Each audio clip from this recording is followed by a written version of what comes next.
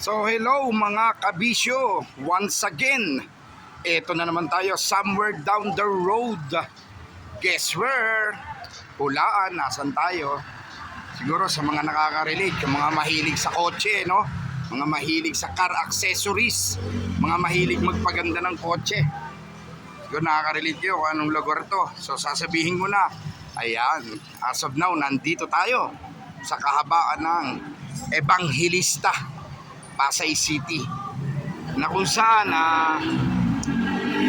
may bibilin tayo, no?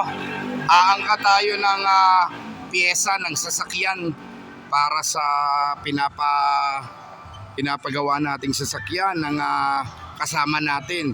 Kagaya ng sinabi ko nung nakaraan, nakita nyo yung post ko nung nakaraan, nagpapa-body works tayo doon sa ating kaibigan na napakagaling, napakabilis gumawa, napakapulido. So doon sa mga gustong magpa-repaint, body works, magpaganda ng sasakyan, magporma, so malapit na mga bonus. Nako, isa sa mga investment natin, hindi lang bahay.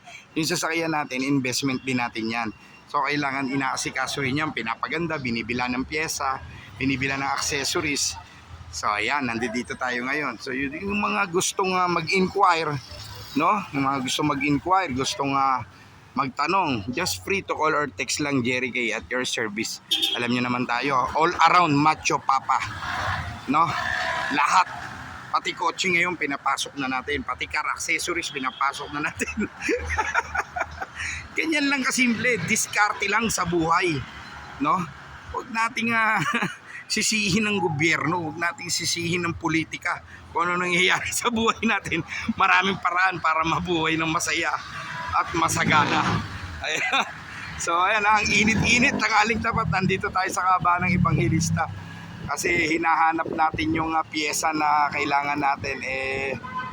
Wala pa dito sa ibang tindahan na napuntahan. So ngayon, nandito ako sa isang tindahan, medyo nag-iintay tayo, kinuha pa yung in-order natin pyesa para ikakabit naman doon sa pinagagawang sasakyan ng ating kaibigan.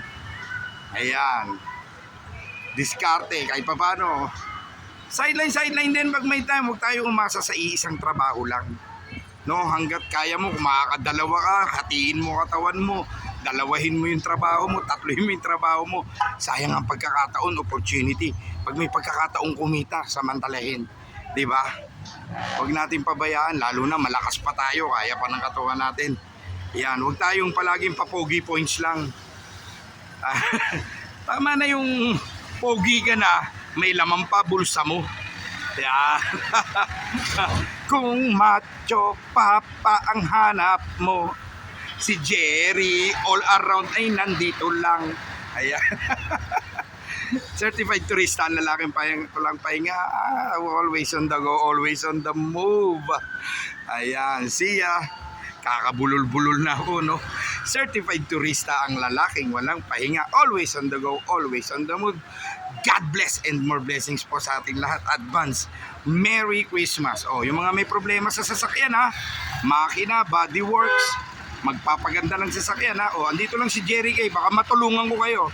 See ya.